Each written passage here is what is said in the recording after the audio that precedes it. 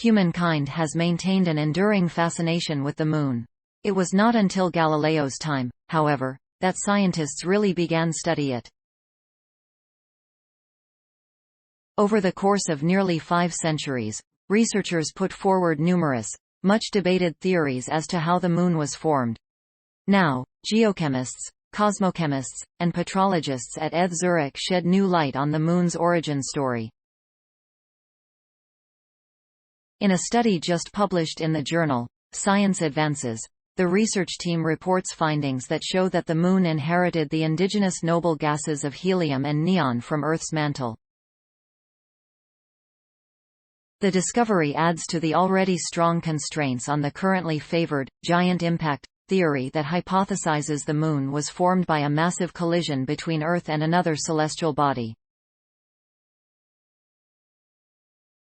Meteorites from the Moon to Antarctica. During her doctoral research at ETH Zurich, Patrizia will analyzed 6 samples of lunar meteorites from an Antarctic collection, obtained from NASA.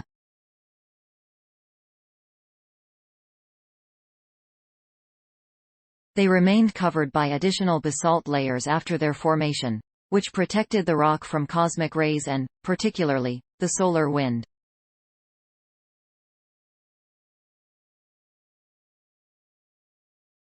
Will and the team discovered that the glass particles retain the chemical fingerprints, isotopic signatures, of the solar gases, helium and neon from the Moon's interior.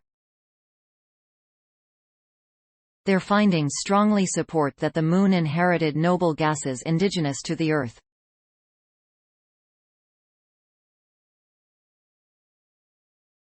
Without the protection of an atmosphere, asteroids continually pelt the Moon's surface. It likely took a high-energy impact to eject the meteorites from the middle layers of the lava flow, similar to the vast plains known as the lunar mare. Eventually the rock fragments made their way to Earth in the form of meteorites. Many of these meteorite samples are picked up in the deserts of North Africa or in this case, the cold desert of Antarctica, where they are easier to spot in the landscape. The instrument got its name when earlier researchers, at one point, suspended the highly sensitive equipment from the ceiling of the lab to avoid interference from the vibrations of everyday life. Using the Tom Dooley instrument, the research team was able to measure sub-millimeter glass particles from the meteorites and rule out solar wind as the source of the detected gases. The helium and neon that they detected were in a much higher abundance than expected. The Tom Dooley is so sensitive that it is, in fact, the only instrument in the world capable of detecting such minimal concentrations of helium and neon. It was used to detect these noble gases in the 7 billion years old grains in the Murchison meteorite, the oldest known solid matter to date.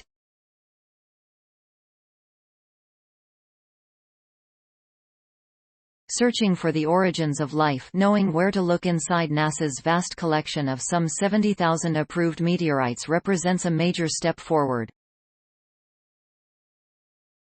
I am strongly convinced that there will be a race to study heavy noble gases and isotopes in meteoritic materials, says ETH Zurich professor Henner Bissmann, one of the world's leading scientists in the field of extraterrestrial noble gas geochemistry.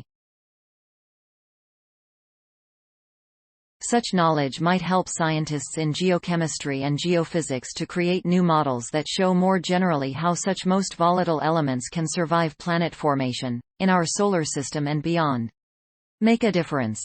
Sponsored opportunity. Story source. Materials provided by ETH Zurich.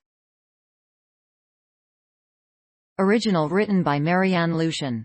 Note: content may be edited for style and length. Journal reference. Patrizia Will. Henner Bissmann. My E.I. Reeb. Colin Maiden. One more clue to the Moon's origin.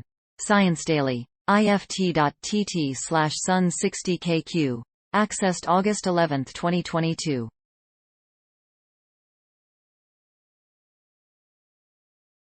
Thanks for watching. Please subscribe my channel for more videos.